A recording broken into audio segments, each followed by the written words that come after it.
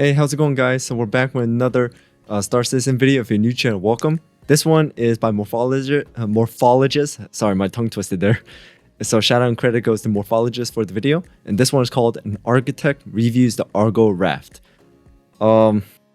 Ship does not sound familiar, so I don't know what I'm getting into.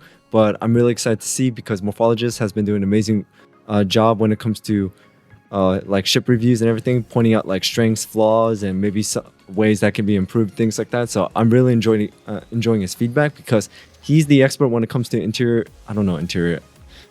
He's the expert when it comes to design, things like that. I'm not. I'm just voicing my opinions.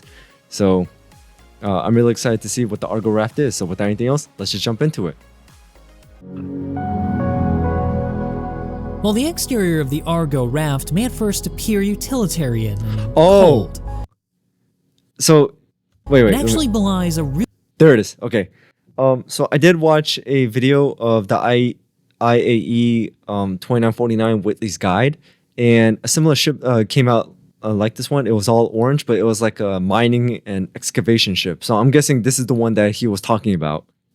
Really well crafted and thought out interior, which is why I'm excited to make it the subject of today's episode of An Architect Reviews, a series in which I utilize my skills and profession. Actually, no, never mind. It may be a different ship because the front and side already looks different, but I'm guessing it is a mining ship judging by all the orange. Professional field of architecture to examine something in the digital realm. But as always, my praise and criticisms in these videos shouldn't be taken as fact. They're merely my opinion. Design is, after all, subjective, and everybody is entitled to their own opinion, which I often love discussing with you guys down below in the comment section. So throw on your vacuum-rated flight suit and step out onto the deck with me as we take a look at this exciting ship. And of course, as always, if you think I deserve it by the end, don't forget to hit that like, subscribe, and the bell icon to show your support.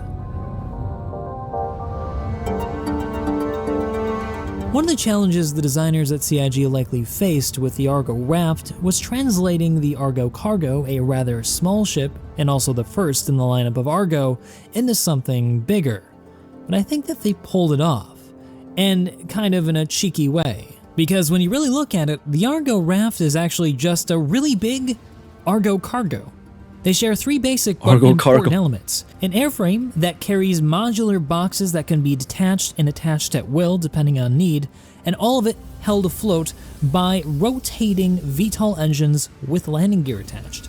Granted, the Argo RAFTs are a little bit bigger and the VTOL engines can rotate independently of the gear, but they're both out on these struts or arms like on the Argo Cargo. It's very clever. It's a great way of scaling up the same idea.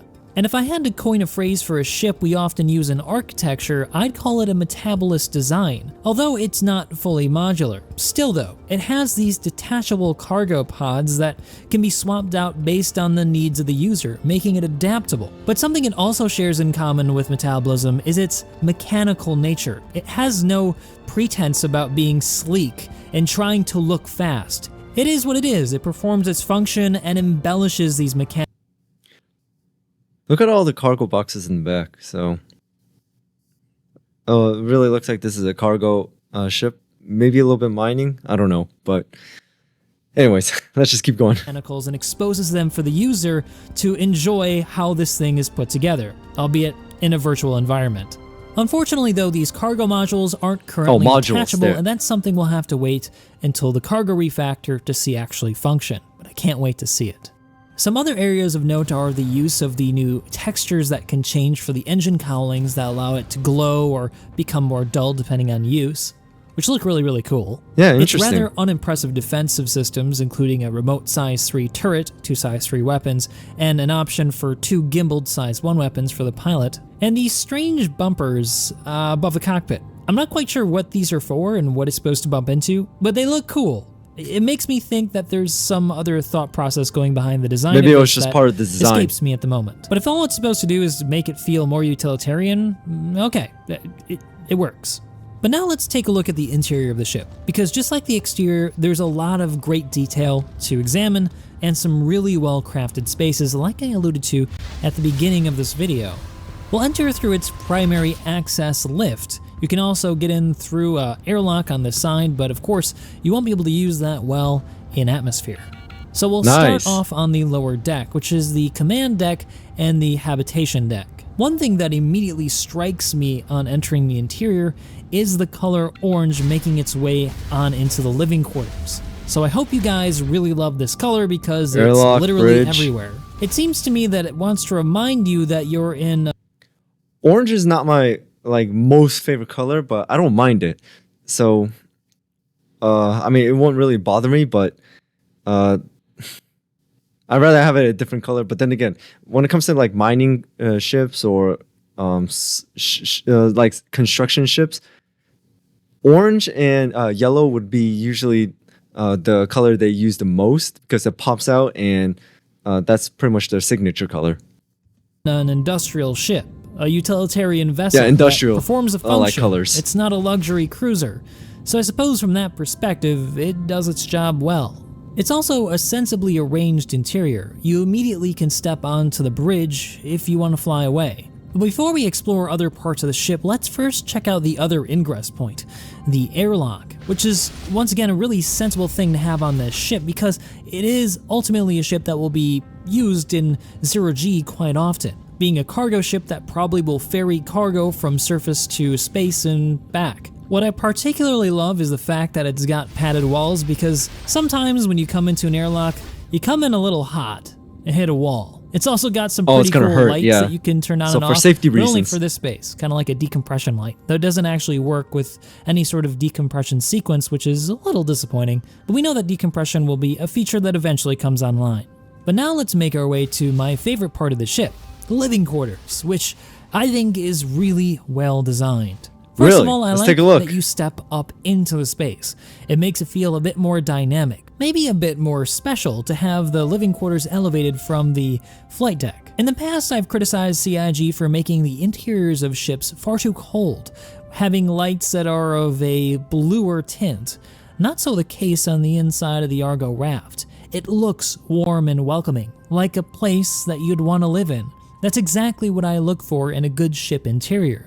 It is a bit sparse and utilitarian, sure, but ultimately it's a ship that you live on while you're working, so it's not really meant to be, like I said before, a luxury ship. Despite that though, sometimes luxury isn't about the materials, it's about how well designed the interior is. Take for example the common area, which is where you sit down and have a bite to eat with your crewmates. Not only is it a cozy booth with nice padded sides, but it also has a window. While it may at first seem unfortunate that it looks out onto a cargo box, from another perspective it actually makes a lot of sense if you want to keep an eye on your cargo while you're relaxing, making sure no pirates swing by and detach a piece or try cutting into one of them while you're unaware. Yeah, that's a good design. But also take a look at the galley. Now, granted, it's hard to judge the utility sizes and placement because I don't really understand what they are or how big they should be, but I do understand some basic ideas about where you can put items and little cubby holes for storage. Looks like there's a bleach bottle right there. Look at this nice little slot for the trays, or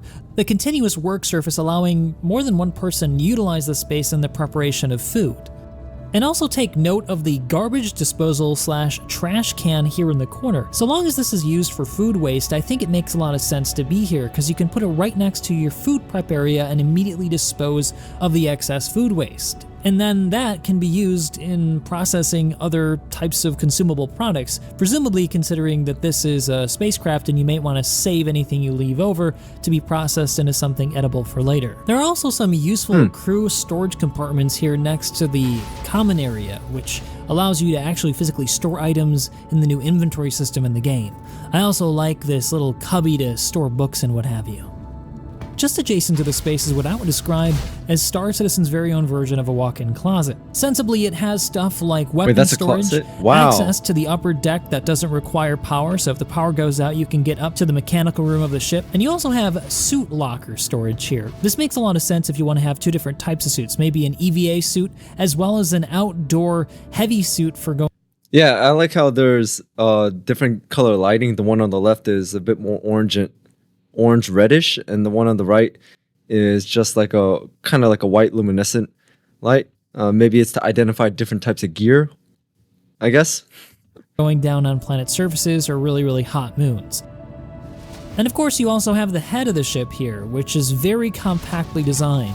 Every element of this space is retractable, allowing you to maximize it for your intended use. A place to wash your hands, a place to take a shower, a place to drop a deuce if you need to, though make sure not to accidentally hit that button while you're using it. Though it seems like a pretty hilarious but also disgusting practical joke to play on somebody. I wouldn't want to be the butt of that joke though. Okay, that was a bad pun. But now let's leave the bad puns in the toilet and move on up to the upper floor through this nice little ladder that takes us up without any need for power to the upper deck. This deck is mostly for mechanicals. It contains all the access ports for all the different modules that make the ship run. And it's also the deck where you'll find one of the more unique areas or programmatic elements of the Argo RAFT, which is going to be a new thing for Star Citizen. And that's the ship's cargo console. I guess that's what I'm going to call it. Basically what this does is allow an operator to attach and detach cargo pods to the ship at will. This has a significant advantage over other cargo ships in that you can have these pods loaded independently of the ship's presence, allowing them to be packed up first and then attached to the ship like what we have in the real world with semi-trailers, allowing the operator of the vessel to be as efficient with their time as possible. This is going to make a huge difference when the cargo refactor comes online in full force, where we have to physically load cargo and take time to do so. This can also potentially limit your exposure time in a dangerous environment. Say, for example, I can see the survival estimate time on the left, but he's got a good almost an hour. 77 degrees Celsius. Wow. You could drop these cargo pods off in the front of one of the drug labs for the Jumptown missions or the Jumptown event and have them loaded, and then come back when it's safe to pick them up and take them away without having to expose your ship to direct fire. Every time someone says Jumptown, I keep on thinking about a video from Bed Bananas. At least for an unnecessary length of time. Moving aft on the second deck, we'll find ourselves in the engine bay, or at least what I can equate to an engine bay. I'm not sure what these modules actually do. The space is open and leaves enough space for more than one person to work on these modules, and in the future when the engineering mechanics of Star Citizen come online, it's going to make it a lot easier to work on these things on the fly, especially under duress. But that's something that we're going to have to revisit in some of my reviews when those systems actually become usable. Right now it's hard to judge for 100% certain. But now it's time to visit the final space on this ship that we have yet to take a look at, the bridge. He always reviews the bridge last. Much like the other Argo ships that have made their way into the universe, the RAFT's bridge is Spartan. However, it's got everything you need to get the job done, as well as great visibility to the outside of the ship. The seat is simple, but it's anything but delicate. It looks like it could take a beating, like something you'd find on a skid steer in our current present world. And I strongly suspect that they use skid steers from companies like Caterpillar in our real world to inform the designs of the Argo ships. That makes a lot of sense. Caterpillars are workhorses, meant to take a beating on a work site. And these ships are no different. They're going to be in and out of high traffic areas with a lot of cargo boxes being moved around. You want them to stand the test of time. In short, this ain't no dandy ship. It's a vessel for a working man or woman, meant for somebody who wants to be out on the road and making a buck to put food on the table. And there's also something to be said for a ship that has that lived-in universe feel. It feels realistic, it feels believable. And for that reason, I give the Argo RAFT I like the heads-up display. It's the ship that you may want to turn to in the future if you decide to take up shipping. I've been Morphologis. For an Architect Reviews, I'll see you guys in the next one. Oh yeah, that's right, this is a short video.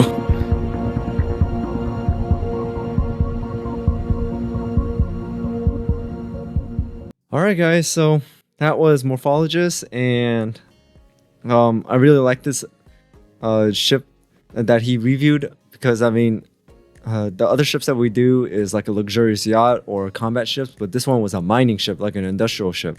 So we took a little like different turn compared to like the usual videos we see, but I mean this one was really interesting, and yeah, the orange is everywhere. So if you guys really like orange, this is your ship.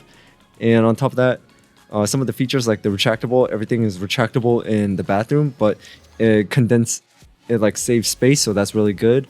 And the living quarters is really needed, because I mean, if you work in construction or anything like that, you want a lot of comfort, so that way it makes the job a lot easier. Then again, any job, any stressful job or physically demanding job, you would always want like a comfortable like area to like relax in, so that way you could recover a lot better and it eases your mind. But this was a really great video, so shout out to Morphologis for doing another amazing review, and I'm really looking forward to doing more videos from him as well. The next one I actually have are... Actually, I don't know which video I'm going to watch next. I'm just going to have to take a look into it. But anyways, that's all I got for today. So thank you guys for tuning in. Thank you guys for watching. Hope you enjoyed this video. And also thank you so much for all the support you guys have been giving me. I really do appreciate it. Hit that notification bell so you know when I drop another video. Shout out to all my members, subscribers, viewers. You guys are amazing, like as always. So with anything else, I'll see you guys next time.